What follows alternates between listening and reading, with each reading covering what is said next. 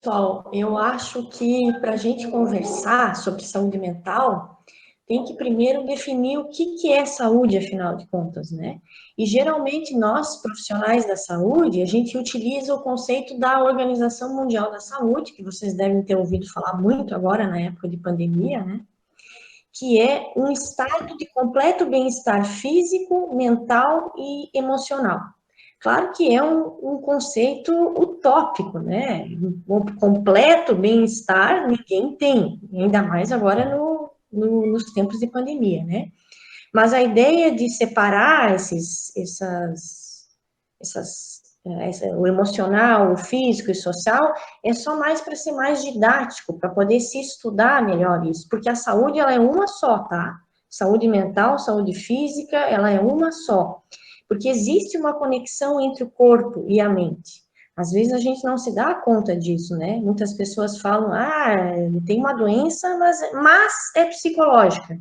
Ou seja, não faz parte de uma doença que fosse verdadeira mesmo, né? Quando, na verdade, a gente que estuda isso, trabalha com isso, sabe que tem uma conexão mente-corpo.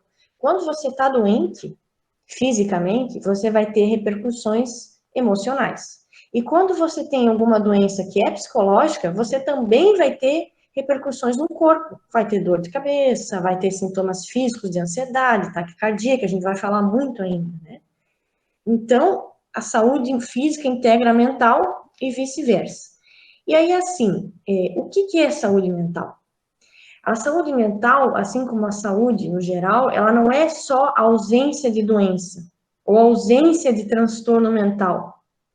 Então, ter saúde mental significa que você tem capacidade de experimentar prazer, que você tem satisfação, que você está se sentindo bem, um bem-estar, que você consegue lidar com os estressores da vida diária, coisa que todo mundo tem que lidar, a gente sempre tem estressores na vida diária. Se você consegue lidar bem com eles, se você consegue ter boas relações, manter as relações que você tem, se você consegue ter vida produtiva, fazer as coisas do dia a dia que são necessárias, consegue ir na escola, consegue fazer bem os trabalhos, as provas, consegue sair para trabalhar, isso é saúde mental, é você poder estar integrado dentro de uma comunidade, se sentir importante dentro dessa comunidade, da família, dentro da escola, do trabalho, isso é ter saúde mental, não é só a ausência de transtorno, né? E o trabalho, no geral, falando em trabalho, não poderia deixar de ser, porque afinal, eu e a Olivia, nós trabalhamos com orientação profissional, planejamento de carreira, estamos sempre pensando em trabalho, estudando sobre trabalho. O trabalho, ele é um fator protetivo contra transtorno mental. Ou seja, ele ajuda a gente a não desenvolver transtorno mental. Claro, às vezes o próprio trabalho pode ser um fator, né, de adoecimento, mas aí é outros 500. Mas se está tudo bem com o nosso trabalho, com o nosso estudo, a gente se sente melhor porque a gente se sente parte, né, de uma comunidade, que a gente sente que tem sentido na nossa vida, que a gente está participando de alguma coisa útil para a sociedade. E o estudo, ou a preparação para o trabalho, o próprio estudo, também faz parte do trabalho, dessa ideia, né? Então, às vezes, assim, ajudar a cuidar de um irmão menor, ajudar os pais a lavar uma louça, a cozinhar, a cuidar da casa, às vezes até cuidar de plantinha, isso tudo faz parte do trabalho. Pode não ser remunerado, mas ele faz parte do nosso bem-estar psíquico, né? Então, assim, tudo isso que a gente falou aqui, sobre o propósito de vida, o trabalho, tudo isso foi afetado agora nesse tempo de pandemia. As nossas relações são diferentes, o modo como a gente estuda, o modo como a gente trabalha, tudo ficou completamente diferente. E esse isolamento social, né, que está tendo agora, isso aí eu até acho que esse nome está errado, porque não deveria ser isolamento social, deveria ser isolamento físico, porque a gente fica distante fisicamente das pessoas. Porque isolar social é a pior coisa que pode ter para a nossa saúde mental. Então, ele pode ser um isolamento físico, mas não social. Então, é importante nessa época que vocês se conectem com as pessoas que vocês gostam, com as pessoas que são importantes para vocês, e ainda bem para nós que a gente tem essas tecnologias agora, né? Imagina uma pandemia em outra época. Imagina a gripe espanhola em 1918, se fosse feito naquela época um isolamento social como está sendo no mundo inteiro, teria sido muito mais difícil. Então, a gente tem essa oportunidade, ainda bem, né, de se conectar com as pessoas. Então, sempre lembrar que é um isolamento físico, não social. E assim, não dá para esperar que todo mundo esteja bem, que a gente esteja totalmente integrado, que a gente esteja emocionalmente estável o tempo todo. Não é hora de esperar isso. Aliás, seria muito estranho nessa pandemia se tivesse todo mundo contente, todo mundo se sentindo bem, perfeita, em estado perfeito com a vida, achando tudo ótimo. Aí é que ia ter alguma coisa estranha, né?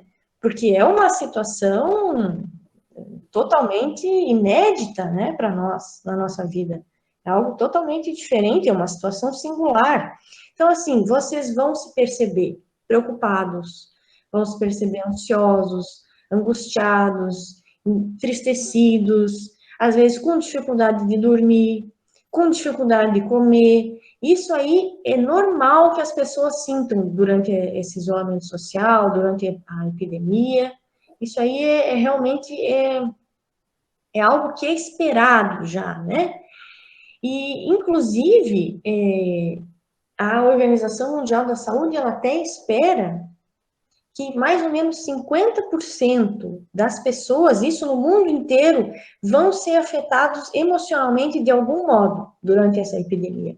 Não que vão todos desenvolver o transtorno mental, né? Mas que, de algum modo, as pessoas vão ser afetadas por isso, sim, né?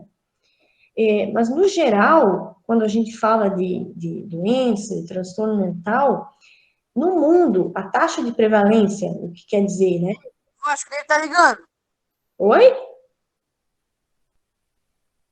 Acho que deu algum. Uma... Falou sem querer. Uma interferência.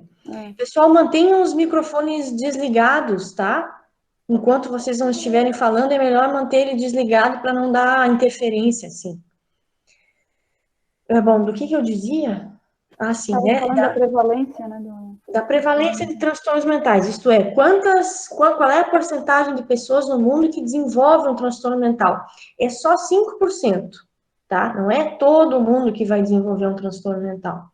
Mas, ao mesmo tempo, a gente sabe que o mundo vem adoecendo, com pandemia ou sem pandemia, né? A Organização Mundial da Saúde esperava que o ano de 2020 ia ser o ano da depressão, o ano que a maior causa de adoecimento no mundo fosse ser a depressão, mais do que doenças cardiovasculares, mais do que doenças musculoesqueléticas, mais do que doenças neurológicas, enfim, a própria depressão. Só que isso já se cumpriu, essa previsão já se cumpriu em 2018. Então, isso é um dado da nossa realidade, as pessoas têm adoecido mais, por vários motivos, não vem ao caso agora a gente querer também falar muito sobre isso, né, do porquê que as pessoas estão adoecendo mais, mas realmente algo acontece na nossa sociedade, no modo como a gente vive, no modo como a gente se relaciona, que isso tem aumentado, é tema de estudo sociológico, psicológico, psiquiátrico, enfim, de várias áreas do conhecimento, né, mas é um fato da nossa realidade agora, né? No estado de Santa Catarina, faz 10 anos já que a maioria dos afastamentos dos servidores de Santa Catarina, do afastamento do trabalho, é devido a algum transtorno mental. Mais do que qualquer outro tipo de transtorno físico, do que doença física, né? Então, é bom a gente separar bem o que é um sofrimento psíquico ocasional que a gente possa ter, de um transtorno mental. O que é, afinal, um transtorno mental, né? Então, um transtorno mental é quando tem um conjunto de sintomas que a pessoa apresenta, que causam sofrimento que é clinicamente significativo, ou seja, um sofrimento grande, e que causa prejuízo no funcionamento social, profissional ou outras áreas importantes do indivíduo, como, por exemplo, a área amorosa, a área de relacionamentos com a família, ou seja, tem que ter um prejuízo no funcionamento, a pessoa tem que deixar de conseguir funcionar normalmente é associado a um grande sofrimento psíquico e também físico, né? Muitas vezes físico também. Então, assim, geralmente, esses sintomas precisam durar uns 6 meses, mas isso vai depender de cada transtorno, né? Os de ansiedade, que a gente vai falar bastante, eles precisam de 6 meses para poder ser diagnosticados, né? Então, por exemplo, assim, digamos que eu tenho uma crise de pânico. Bom, pode estar associado a alguma coisa que aconteceu comigo antes, algum estressor específico. E aí eu tenho essa crise de pânico. E depois nunca mais tenho nada.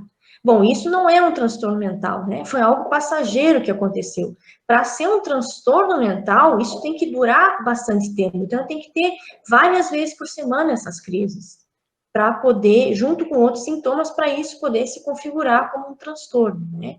E quem que pode fazer esse diagnóstico? Nós, os psicólogos, outros trabalhadores de saúde mental, como os psiquiatras, né? E às vezes até algum médico comum vai poder perceber isso e encaminhar para um psiquiatra e para um psicólogo. E uma coisa muito importante dizer é o seguinte: ter um transtorno mental é uma doença.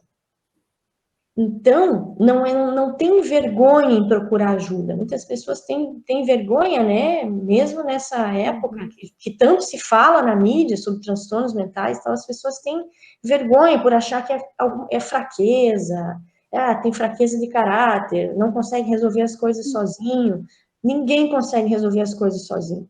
A gente vive em sociedade. E quando tu tem uma dor de dente, você vai no dentista, né? Vai no dentista para tentar resolver aquela dor. Se você quebra um braço, você vai no ortopedista.